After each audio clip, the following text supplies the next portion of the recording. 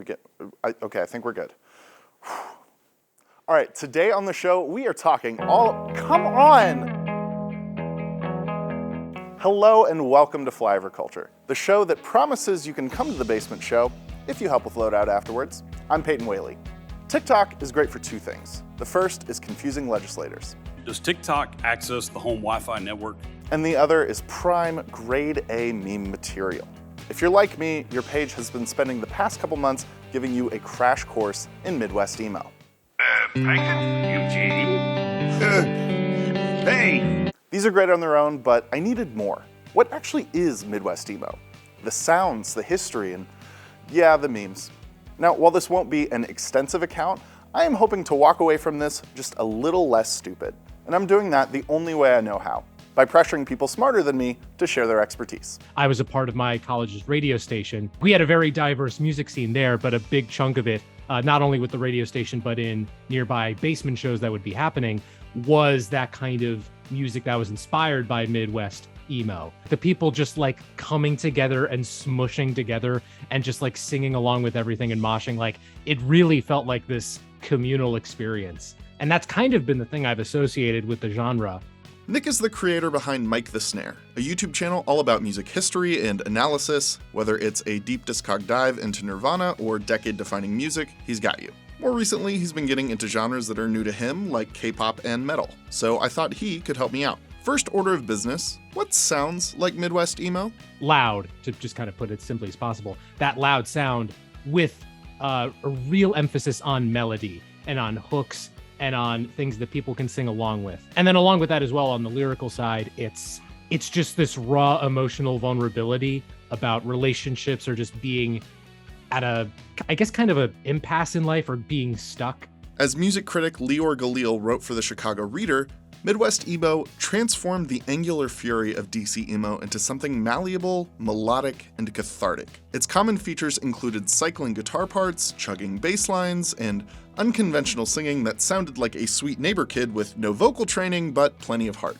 Those bits were like all of like everybody's playing their hearts out and the guy is screaming. So maybe that's a better way of putting it, like the dynamic contrast between the instrumentation and then vulnerability with it as well. In the 90s, Midwest Emo had the added bonus of, sorry to shatter your world, but having its roots in the Midwest. Today, plenty of bands carry on a similar sound, but come from all over the world. When we talk about Midwest Emo, we're mostly talking about the second wave of emo music. Emo's roots go back to 1980s emo-core, splintering from the Washington, D.C. hardcore punk scene. So I asked Kyle Fulford, an associate professor and PhD student at Indiana University Bloomington who studies progressive rock and punk, to give me a little history lesson. I guess the first emo-core band, as it was labeled and not necessarily embraced, was Rites of Spring. To my knowledge, one of the first groups that sort of blended the melodic, or not the melodic, but the musical style of punk rock and hardcore music with highly personal and emotive lyricism. But it still kept what Kyle calls a democratization of rock music. Democratizing in the sense that anyone can do it. Any kid with a guitar and something to say, you write what you know, right? That's something that punk and emo have in common for sure. DIY is a method that is common across punk, pop punk, emo, and hardcore in that it's a very self-promotional sort of endeavor, right? So you record your own album on a cassette, on a 4-track. You flyer up to promote your shows. It very much, the DIY method spreads or works because of word of mouth. And that's why those communities are so tightly bound, I think. Some first wave bands to check out: Rites of Spring, Embrace, and Beefeater. By the 90s, we hit our target with the second wave. Emo spread out toward the Midwest, and the rough edges were sanded down a bit more. Stylistically, Midwest Emo also borrowed elements from math rock. Prog rock style guitar, mixed meter, bigger emphasis on instrumentals. And that's how we get to what's arguably the quintessential Midwest Emo band, Urbana-Illinois' own American Football. American Football, musically, just from a music theory standpoint, is highly adjacent to math rock from my perspective. You have use of odd meter in some cases, polyrhythmic material. I would argue a high level of virtuosity as well. So, I mean, this stuff's not easy to play. If you listen to the very first notes of LP1 by American Football, it's like this jazzy drum fill. It's unusual for just a rock band to play something that's not in 4/4, So that sets the tone like immediately. But then also the other obvious sort of characteristic of Midwest Emo is not just the vocal delivery and the performance, but the lyrical content. Like, what are the songs about? Loss, pain, rejection. Those themes come up time and time again and are omnipresent on that American Football record. American Football was by no means the only or best or anything like that second wave band. But they will come back up in a minute, so hold tight. You also have bands like Cap'n Jazz, Sunny Day Real Estate, the Get Up Kids, not all from the Midwest, mind you, but embracing that sound. Wearing your heart on your sleeve, and it seems to be endearing to the community. It seems to be a marker of authenticity, that it's not a perfect vocal performance, and that's kind of the point. At the same time, you have the instrumentation and some of the arrangement is remarkably complex, I would say. To quickly touch on the early aughts third wave, this is where emo goes mainstream. After the commercial success of punk and pop-punk bands in the late 90s, you had some of those sounds bleeding into a more polished batch of emo artists. My Chemical Romance, Paramore, Fall Out Boy, the Hot Topic crowd before it turned into a Funko Pop emporium. It was marketable. And so I don't think it's accidental that, more elements of pop punk were being appropriated into a genre called emo. And lastly, we have Wave 4, the Midwest Emo revival. In the early 2010s, you had a big resurgence of that Midwest emo sound, if a bit more polished and much more self-aware.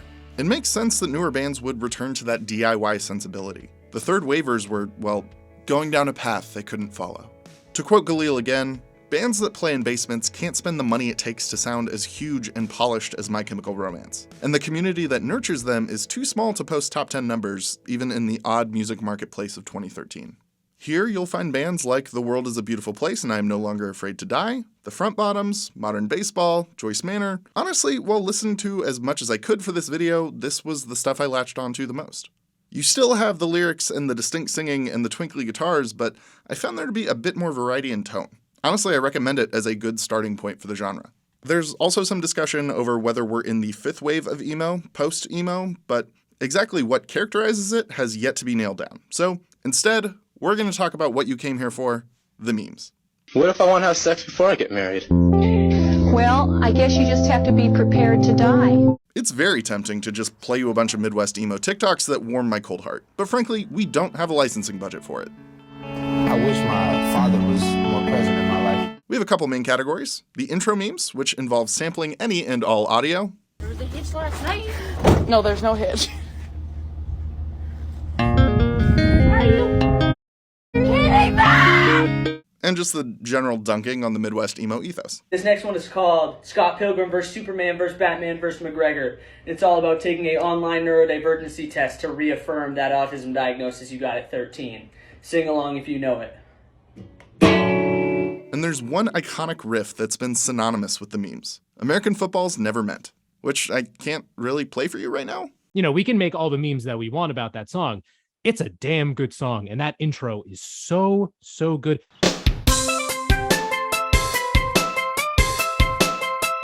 It's the fact that it's memorable.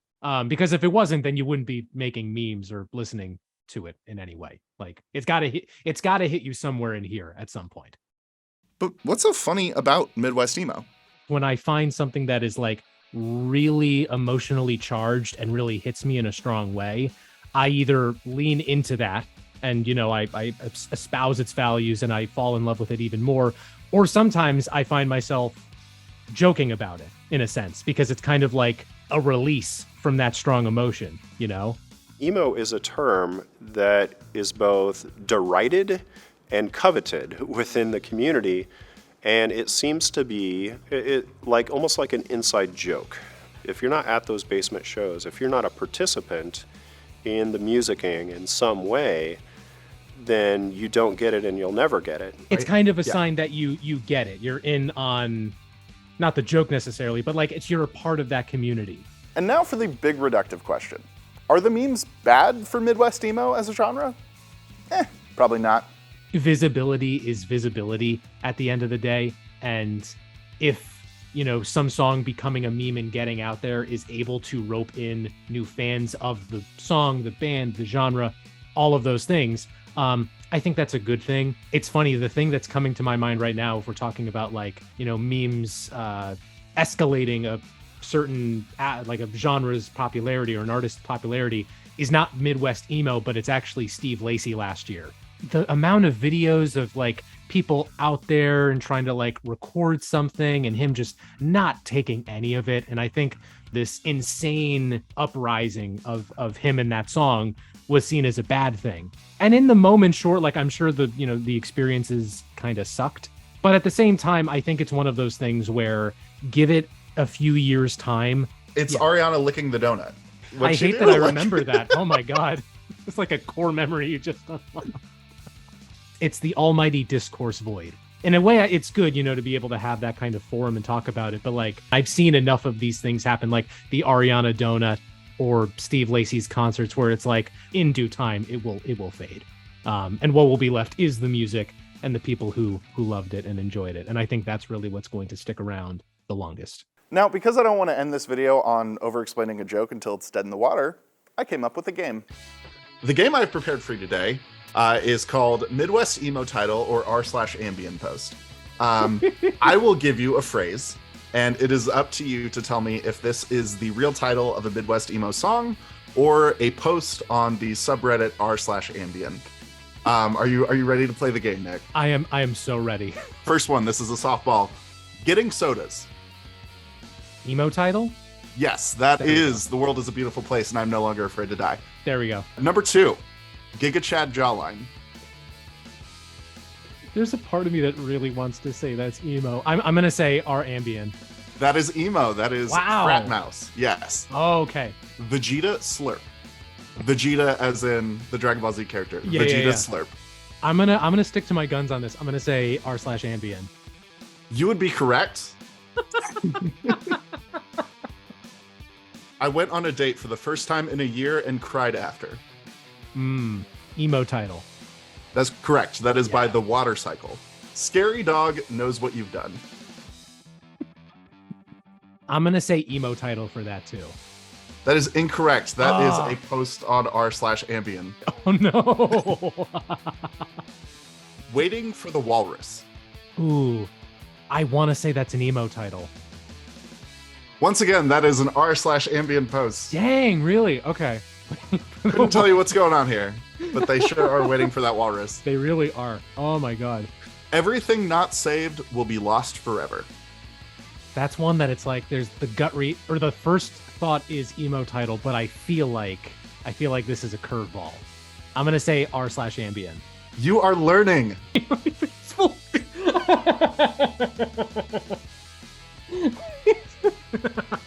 The last one for today. Hey Ken, someone methodically mushed the donuts. This might be hopeful of me. I'm really hoping that's an emo title.